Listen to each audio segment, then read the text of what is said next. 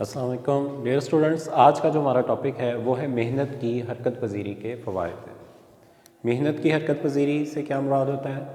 مزدور کا ایک شعبہ سے دوسرے شعبہ، ایک پیشے سے دوسرے پیشے، ایک مقام سے دوسرے مقام اور ایک جگہ سے دوسری جگہ اور ایک ملک سے دوسرے ملک میں کام کرنے کے حوالے سے یا شفٹ ہونا، اس کو ہم کیا کہتے ہیں؟ محنت کی حرکت پذیری۔ یعنی کہ جب بھی مزدور ایک جگہ سے دوسری جگہ پر موو کرتا ہے، ایک پیشے سے دوسرے پیشے میں یا ایک سکیل سے دوسرے سکیل میں موو کرتا ہے، تو اس کو ہم محنت کی حرکت پذیری کہتے ہیں۔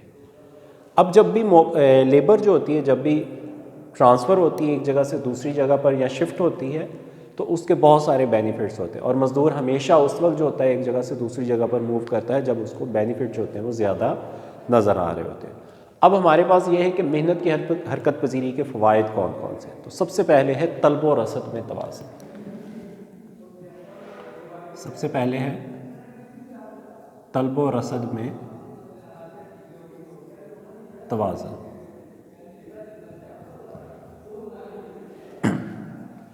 طلب و رسد میں توازن سے کیا مراد ہوتا ہے کہ مارکیٹ کے اندر مزدور کی جتنی طلب ہو اتنی ہی مارکیٹ میں موجود، اتنی ہی رسد جو ہے وہ موجود ہونی چاہیے۔ اس سے مزدوروں کے جو معاوضے ہوتے ہیں وہ مناسب رہتے ہیں۔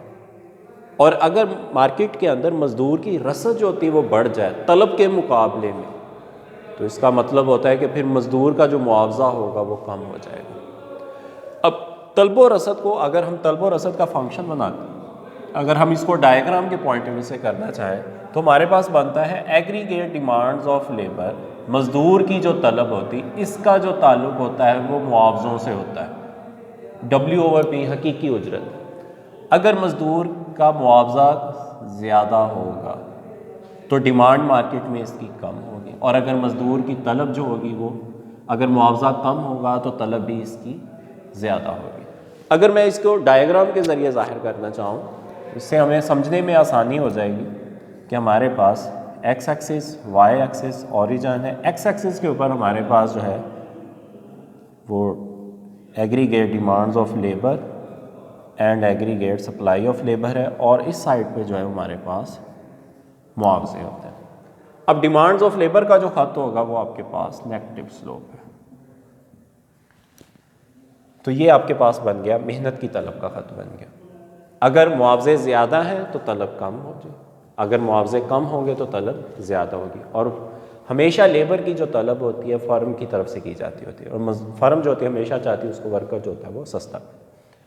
اس کے بعد اگر ہم دوسری سائڈ دیکھتے ہیں ایگریگیٹ سپلائی آف لیبر، مزدوروں کی رسد۔ اب مزدوروں کی جو رسد ہوتی ہے وہ طے ہوتی ہے مزدور کی طرف سے کہ مزدور کتنا کام کرنے کے لیے تیار ہوتے ہیں۔ اگر اس کو معاوضہ زیادہ دیا جائے گا تو وہ زیادہ کام کرنے کے لیے تیار ہو، اگر معاوضہ کم دیں گے تو کم تیار ہو۔ اس کا مطلب ہے کہ یہاں پر جو اس کی سلوپ جو بنے گی، جو ریلیشن جو بنا ہے وہ پازیٹیو بنا ہے، تو یہ بن گئی positive slope aggregate supply of labour. تو جس جگہ پر یہ توازن کر رہی وہاں پر توازنی پوائنٹ۔ اب یہ ایک توازنی معاوضہ اور ایک توازنی لیبر ڈیسائیڈ۔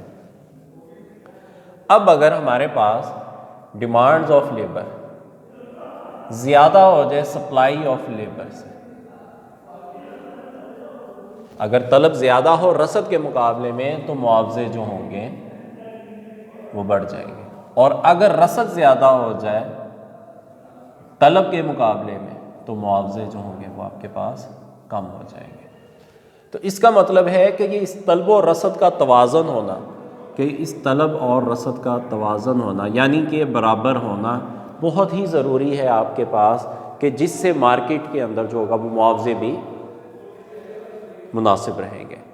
تو اس طرح سے محنت کی حرکت پذیری کا یہ فائدہ ہوتا ہے کہ اگر مارکیٹ میں ڈیمانڈ زیادہ ہو، سپلائی کم ہو تو ورکر اور آ سکتے ہیں وہاں پر، اگر سپلائی زیادہ ہو تو ورکر وہاں سے موو کر سکتے ہیں تاکہ مارکیٹ کے اندر معاوضے جو ہوتے ہیں وہ مناسب رہیں۔ تو اس کا مطلب ہے کہ طلب و رسد میں توازن کا ہونا محنت کی حرکت پذیری کے لیے بہت زیادہ بینیفیشل ہوتا ہے۔ اس کے بعد ہوتا ہے اہلیت کے مطابق کام، سیکنڈ پوائنٹ ہمارے پاس اہلیت کے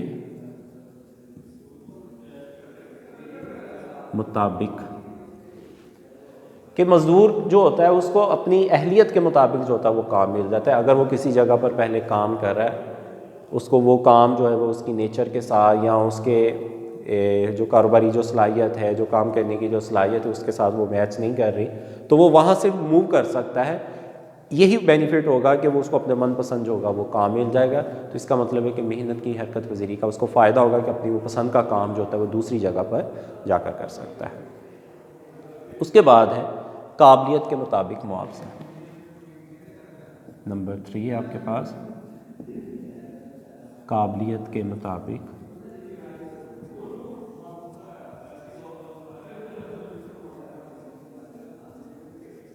معاوضہ. کہ مزدور جو ہوتا ہے وہ جس قابل ہوتا ہے، اگر اس کو لگتا ہے کہ وہ جس جگہ پر پہلے کام کر رہا ہوتا ہے وہاں پر اس کی ایبلٹی کے مطابق اس کو معاوضہ نہیں دیا جا رہا ہے، تو پھر مزدور جو ہوتا ہے وہ وہاں سے موو کر جاتا ہے، حرکت کر جاتا ہے اور اس جگہ پر جا کر کام کرنے کو پریفر کرتا ہے جہاں پر اس کو اس کی اہلیت کے مطابق جو ہوتا ہے وہ معاوضہ بھی زیادہ دیا جاتا ہے، یا معاوضے اس کی اہلیت کے مطابق ہی جو ہوتا ہے اس کو معاوضہ ادا کیا. تو یہ ہوتا ہے قابلیت کے مطابق جو ہوتا ہے وہ معاوضہ ہوتا ہے. یعنی کہ محنت کی حرکت پذیری میں سب سے بڑا بینیفٹ بھی یہ ہوگا کہ ایک تو اس کو اس کی اہلیت کے مطابق جو ہوگا وہ کام مل جائے گا. سیکنڈلی یہ ہوتا ہے کہ اس کو اس کی اہلیت کے مطابق ہی جو ہوتا ہے وہ معاوضہ بھی مل جاتا ہوتا ہے. تو اپرچونیٹیز جو ہوتی ہیں وہ زیادہ ہوتی ہیں، اس لیے وہ موو کر جاتا ہے ایک جگہ سے دوسری جگہ پر کام کرنے کے لیے. اس طرح سے نمبر 4 ہے آپ کے پاس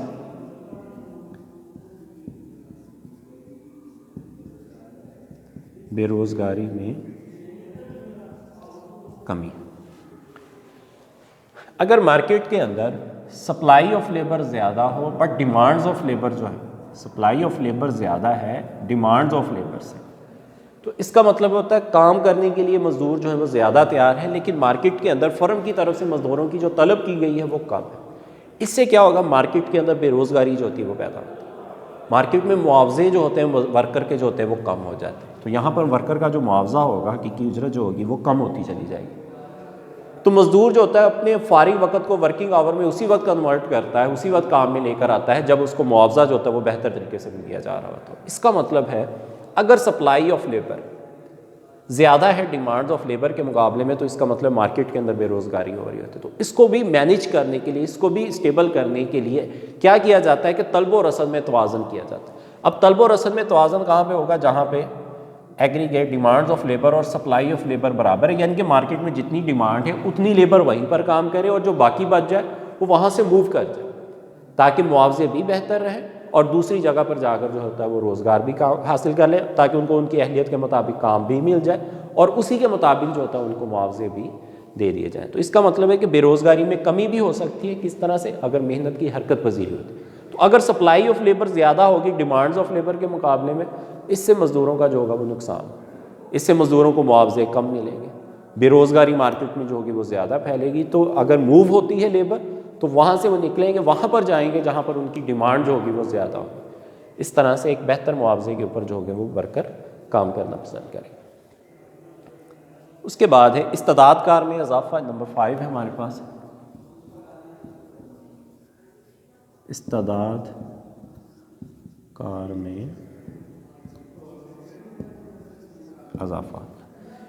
تخصیص کار، اسپیشلائزیشن، اس کے ذریعے جو ہوتا ہے ورکر اور ٹریننگ وغیرہ جو ہوتی ہے ساتھ میں ایجوکیشن جو ہوتی ہے، یہ ورکر کی استعداد کار میں جو ہوتا ہے وہ اضافہ کرتے ہیں. ورکر وہاں پر جا کر کام کرنا زیادہ پریفر کرتا ہے جہاں پر یہ ساری چیزیں جو ہوتی ہیں وہ پائی جاتی ہیں. اس کو پتہ ہے جیسے جیسے وہ کام کرے گا ساتھ میں ٹریننگ بھی ہوگی، ایجوکیشن بھی ہوگی، اور اس کو اگر ترقی کے مواقع بھی نظر آئیں گے تو وہ پھر اس کی استعداد کار جو ہوگی وہ بڑھتی جائے گی، اس کی قابلیت جو ہوگی وہ بڑھے گی. تو اس کا مطلب ہے کہ ورکر کا ایک جگہ سے دوسری جگہ پر موو ہونا وہ محنت کی حرکت پذیری میں جو ہوگا وہ بینیفیشل ہوتا ہے. تو ڈیئر اسٹوڈنٹ، یہ تھا ہمارے پاس آج کا کہ طلب و رسد میں بھی اگر توازن ہو جاتا ہے یہ بھی محنت کی حرکت پذیری کا فائدہ ہوتا ہے، اور اسی طرح سے ورکر کو جو ہوتا ہے ان کی اہلیت کے مطابق جو ہوتا ہے وہ کام بھی مل جاتا ہے، اور جب اہلیت کے مطابق کام ملتا ہے تو پھر اسی کے ذریعے جو ہوتا ہے ان کی اہلیت کے مطابق اور قابلیت کے مطابق ہی جو ہوتا ہے ان کو معاوضہ بھی دیا جاتا ہے.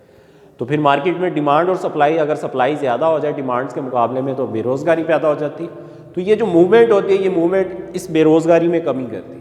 تو اس کا مطلب ہے کہ محنت کی حرکت پذیری یہاں پر بھی بینیفیشل ہے.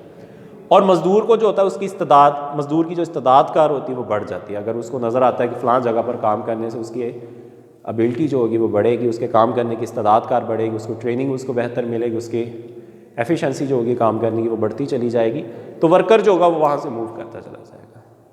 یہ تھا ہمارے پاس آج کا لیکچر کہ محنت کی حرکت پذیری کے کیا فوائد ہیں۔ تو اپنا خیال رکھیے گا، اللہ حافظ۔